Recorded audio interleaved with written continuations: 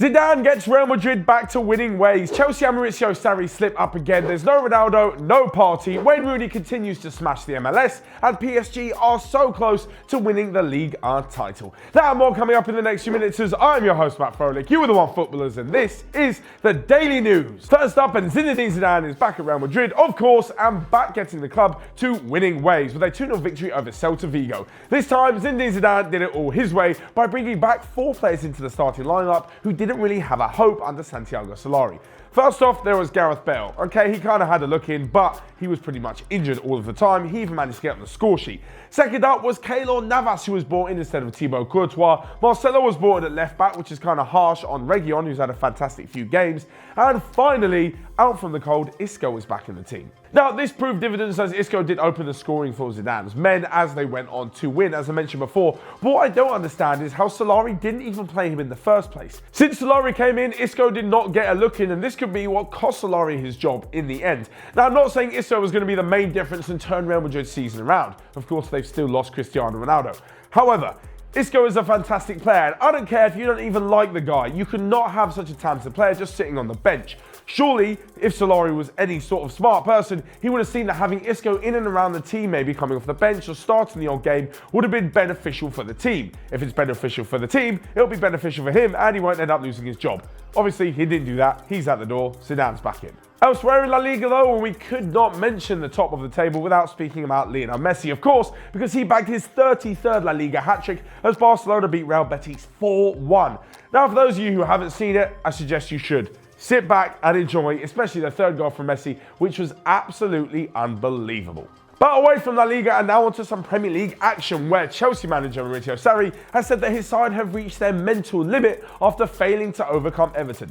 Now, I'm not overly sure what this means, as this wasn't even really a big game. That's no offence to Everton, but they haven't had the best of seasons. So for Chelsea to run out of all their mental capabilities against not a really decent side, it doesn't quite make sense.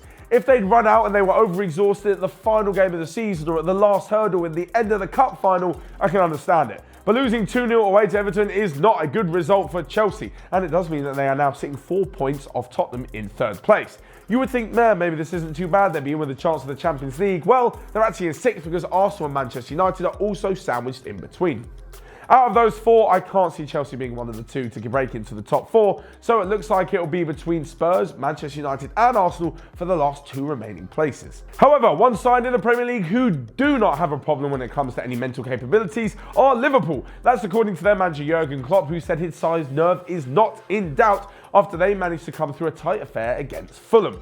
Now, again, much like this game, no offence to Fulham fans, but Liverpool really needs to be winning these kind of matches if they're going to go on and win the title. They did just 2-1, a penalty converted by James Milner after a questionable foul on Sadio Mane. Now, I'm not saying it's just a complete dive, but he did make the most of the minimal contact from the Fulham goalkeeper. However, on the flip side, just don't do it. For anyone out there who's watching any footballer, it doesn't matter which position you are, do not give the referee a decision to make by putting your hands on the striker in the box. As I mentioned, Mane made the most of it, but the goalkeeper's stupid for doing it in the first place. As I mentioned, James Milner converted, and it now means that Liverpool are 2 points clear at the top of the Premier League. But, quick note on Liverpool, what does this mean for Mo Salah? To say he's gone off form recently is an understatement, and the striker's only scored 1 goal, I think, in the last 9 or 10 games. That's not the kind of form we saw last season where he managed to bag 31 goals. So, was last season just an unbelievable year, and now we're seeing his true form, or is it just a little dip for the Egyptian wizard?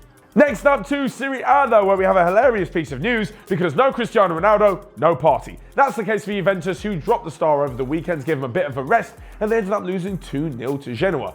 Now, just when you think this couldn't get any more ridiculous and seem like a Hollywood script, dropping your biggest player and then losing your first game of the season, apparently some of the Genoa fans wanted a refund on their matchday ticket because they bought it with the expectation that they were going to see Cristiano Ronaldo playing. Of course, he didn't, and to be honest, I think that is one of the most ridiculous stories from the weekend. I know the fans would obviously be excited about seeing one of the best players in the world, but because he wasn't chosen to ask for a refund from your own club, well, that's pushing it a bit too far for me. But let's move away from European football just for a second and to the MLS, where Wayne Rooney is close to completing it. I don't even know what that means, but he's doing it anyway. Since he joined in June when his side DC United were bottom of the table, he took them to a playoff spot with some incredible form, including 12 goals and 7 assists in the second half of last season. And now at the start of this season, he's guided his team to the top of the table. This completed by a fantastic hat-trick over Real Salt Lake at the weekend, showing that the 33-year-old is far from finished. I wonder how long until he has a ridiculous statue outside the stadium, just like Beckham's outside LA Galaxy Stadium.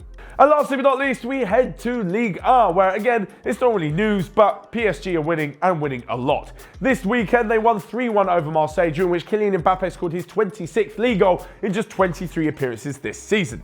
This means that PSG are 20 points clear at the top of the league and need just 8 points from their last 30 available to confirm the title. To be honest, they could probably win by so much that they'll be confirming next year's title as well. As for Kylian Mbappe, where he's the second highest goal scorer in Europe at the moment, behind Lionel Messi, and you can expect to see Mbappe's name up there for at least the next 10 years or more. This rounded off a few exciting days for the French striker, who was also late to a team meeting and got fined €180,000. Now, I know for players such as him on a ridiculous wage, 180 grand isn't really that much. But can the club actually just go and fine players whatever they want?